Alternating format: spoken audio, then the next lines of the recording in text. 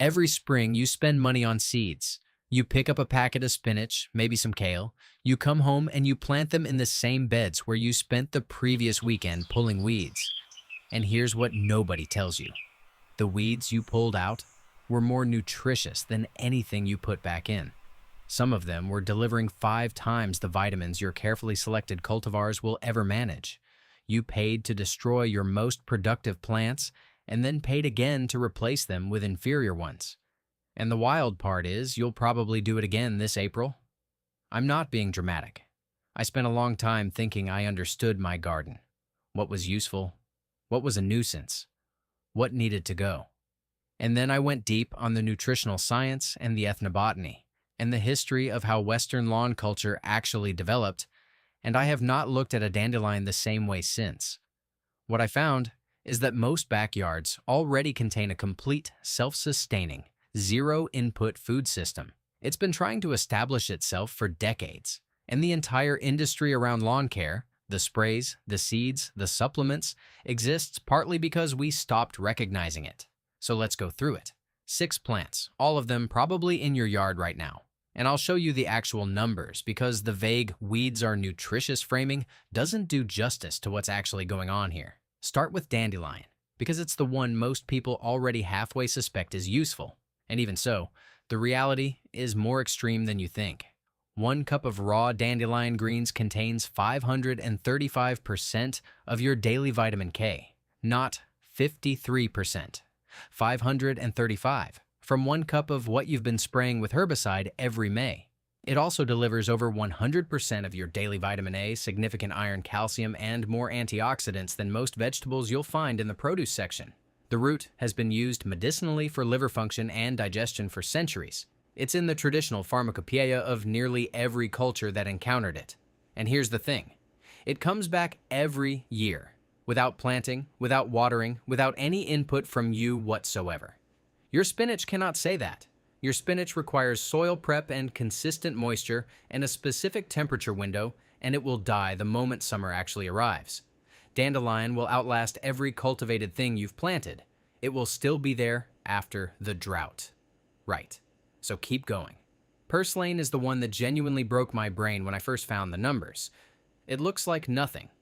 Low, succulent, kind of rubbery. The thing you grab a handful of and throw into the compost pile. It is the only land plant with meaningful omega-3 fatty acid content, not trace amounts. We're talking more alpha-linolenic acid per gram than most fish oil supplements you're paying $30 a month for. $30 a month for something you are actively removing from your garden on a weekly basis. It also contains vitamin E, vitamin C, beta-carotene, and more melatonin than any food source currently studied. It tastes slightly lemony, slightly crunchy, genuinely good in a salad. And I cannot stress this enough. It grows in the cracks of your driveway. You don't need to plant it. It appeared. It will keep appearing. The question is only whether you harvest it or compost it. Lamb's quarters comes next, and it is the moment in this list where you start to feel genuinely confused about what salad has been for this whole time. Raw lamb's quarters contain 618% of your daily vitamin K, 618, and they taste like a mild, earthy spinach. They're better than spinach. More nutrients, more cold tolerant, more productive per square foot, entirely self-seeding. Native American tribes cultivated and dried the seeds for grain. The plant was a staple food for most of human history outside of Western Europe.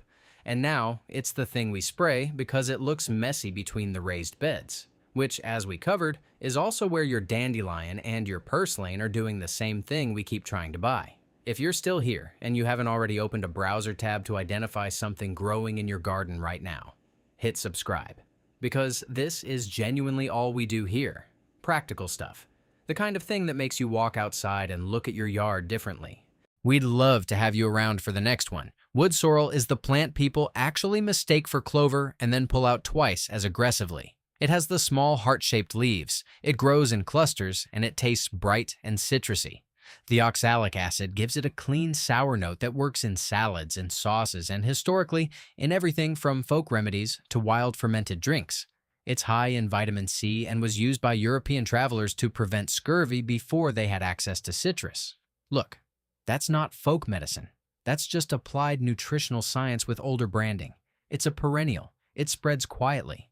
And if you left it alone, it would fill in ground cover under your fruit trees without you spending anything on landscape fabric or mulch. Clover, and this is the part that actually gets me, was deliberately included in lawn seed mixes until the 1950s. Deliberately. It fixes atmospheric nitrogen directly into the soil, which means it's actively fertilizing everything growing next to it for free. It was removed from the ideal lawn definition, specifically because the herbicides being developed to kill broadleaf weeds also killed clover, so the marketing just quietly repositioned clover as a weed to justify the collateral damage. And somehow, it worked. Now, people spray clover, which means they spray away their free fertilizer and then buy synthetic nitrogen to replace it. The leaves are edible, high in protein, genuinely nutritious, historically used as a survival food and a famine crop across multiple continents. The flowers attract pollinators, which means your actual vegetable garden performs better when clover's nearby. Removing it makes your lawn more expensive to maintain and less productive. That's the full picture. That's the $30 a month fish oil situation, but for your entire soil ecology. Before we get to the last one, drop a comment and tell me, which of these is already growing in your yard, and have you ever actually eaten any of them? I'm genuinely curious where people are starting from with this. Chickweed is the one I want to end on because it solves a problem none of the others solve. And once you understand the timing, it changes how you think about food resilience more than any other plant on this list. Here's the structural problem with every cultivated vegetable garden. There is a gap. Late February into March, weeks before your last frost, weeks before your first seeds can germinate, there is a dead zone where nothing you planted is producing anything. That's the window where food security is actually fragile. Not in summer, not in fall, in the late winter gap when the garden is bare and the stores are still the only option. Chickweed emerges in that gap. It germinates in cold soil. It grows actively in temperatures that would kill your seedlings. It is nutritionally complete, high in vitamin C, calcium, magnesium, iron, and it tastes mild and fresh, like a delicate lettuce. It is the only volunteer plant in a temperate garden that fills the exact window when your cultivated garden can't. And it gets more useful from there. A single plant produces up to 800 seeds, and those seeds remain viable in soil for up to 10 years. 10 years, which means every chickweed plant you allow to go to seed is building a reserve that will feed you through the late winter gap for the next decade, automatically, without any effort from you at all. It's not just resilient, it's strategically resilient. It's doing what a food system is supposed to do, showing up when you need it, not when conditions are convenient.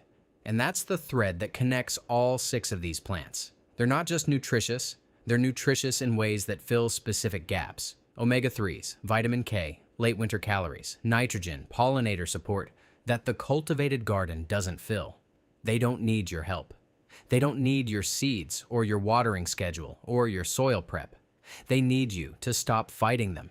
The resilient food system didn't disappear when lawn culture took over.